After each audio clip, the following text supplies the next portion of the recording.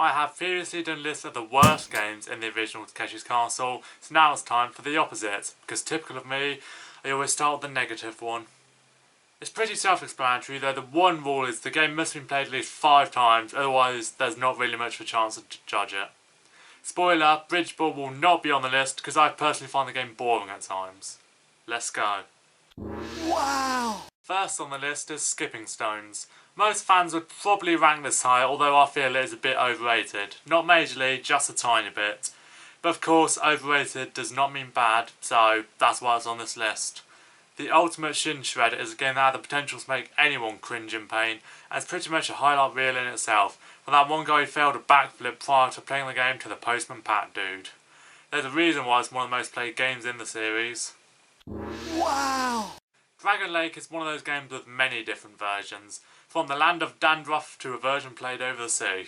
Although it is one of the more basic games with its requirement to just swing from one platform to another, the game has a good history, such as a kid almost breaking his ribs. Okay, good may have been the wrong word.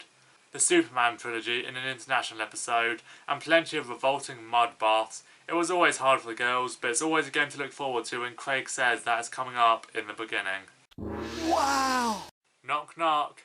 Who's there? Our next entry. Our next entry who? Our next entry is Knock Knock. Who's there? This game has 2 primary versions. The one at a time version and the starting version with a ball pit at the end. Although both games never fail to make me laugh, I prefer the one at a time one with full walls of 4 doors due to the amount of painful moments. Yes, I'm that sick. What always baffles me is when contestants decide to go head first, which at this point is a tried, tested and failed method, unless you're totally short of a paper door. But kicking them would look a bit pathetic then, I guess. Almost as pathetic as the Thai version, though it saves from having to attach new doors, I guess. Wow! My next pick, Uphill Garden, may be forgotten by casual fans due to it only being played in the first 12 episodes, and not really being a fan favourite, but I honestly think it's the most underrated game in the show's history. It's a bit silly, and contestants practically always win, so sometimes there's no point of it even being there. But a simple water fight turns into a complete madhouse when the guards dress in stupid costumes, such as torpedoes, soldiers, and of course, the infamous Tommy Tank. Even though it soon got cut, it's my personal highlight in the show's early episodes. Wow! To me, this is a preferable closer game to Bridgeball because what's not fun about seeing contestants tumbling down a hill after getting whooped by a giant polystyrene boulder? It's a superior game over Boulder Dash, remember that! It's also great to see the guards attempt to push the contestants out, only to get a taste of their own medicine. The game suffers from a few inconsistencies, such as doors not closing when they should do, and how much and how hard the contestants must get hit with the boulders in order to lose. But it's worth it to see a small boulder connect right in the melon. Also, as a bonus, the BGM is one of my favourites. Wow! One of the greats that was introduced later in the series, Velcro Fly is one of the reasons why Series 1 is my favourite of the main challenge series. Essentially a vertical version of Dragon Lake, the idea for the contestant to stick stomach first onto a spider web via Velcro on their belt area was asking a lot for them, but it paid off very well. Hilarious moments include competitors hitting the match shoulder first, instant fails, usually courtesy of the women, and of course, that one idiot every episode who swung chest first and didn't go very far at all. It may have been one of the hardest games, but hey, one of the most entertaining. Wow! High Rollers is obviously another classic. It was pretty lame when it started considering there were only 3 rollers, but it soon evolved into the 7 cylinders of doom we all know and we all love. Most fails come from the deadly 4th roller, and in terms of the cartoon character is predictable, but it gets me every time. It's arguably one of the most dangerous games in the show's run, it must be said, with a face smash being a huge risk, especially considering there's not a very big gap between rollers. Still, we all tune to see people get hurt, so why are we complaining? Wow! The Gauntlet is yet another welcome addition later on in the show, and pretty much every second of this game is a highlight. It's one of those games that has benefited by Craig Charles' commentary due to his amusing names for many of the obstacles, such as the Pink Thing, Triple Whammy, and of course, the Seesawy Roundabouty thingy-majig.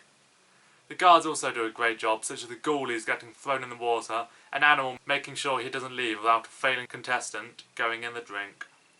Also, the sound effects whenever a contestant bites the dust always makes me smile for some reason. Although it's not as heralded as much as, say, Skipping Stones, it's still a real pleaser. Wow!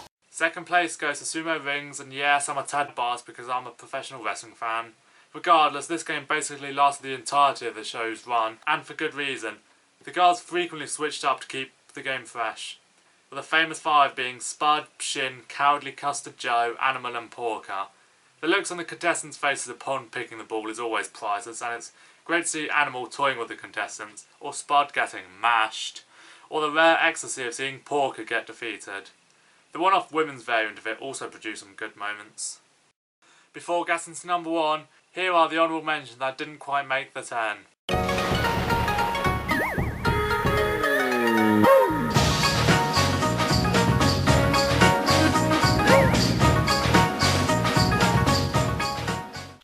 Wow! My favourite game in Takeshi's Castle is Wipeouts. Fun fact, this game was created as a fusion of Fish Food and Bridge the Gap because those games were deemed uninteresting. While I enjoyed both of those, the crew was right into fusing the games to create Takeshi's greatest creation besides his good old golden tank. The game essentially has 4 choke points, initially getting on the board, the 2 whales and a pink platform where pretty much every contestant is stupidly late. Then of course those who underestimate the quickness of the board when they first get on, commonly resulting in a vintage windmill. And let's not forget the classic fails as the result of the whale. No one likes a rhymer. Getting tripped up, over jumping it, hitting it chest first, or whatever the hell this is. There's a reason why the show started getting better after episode 67. Yes, I looked that up, stop calling me a nerd. Those are my favourite Takeshi's Castle games. What about you? Hit like and sub and tell me in the comments.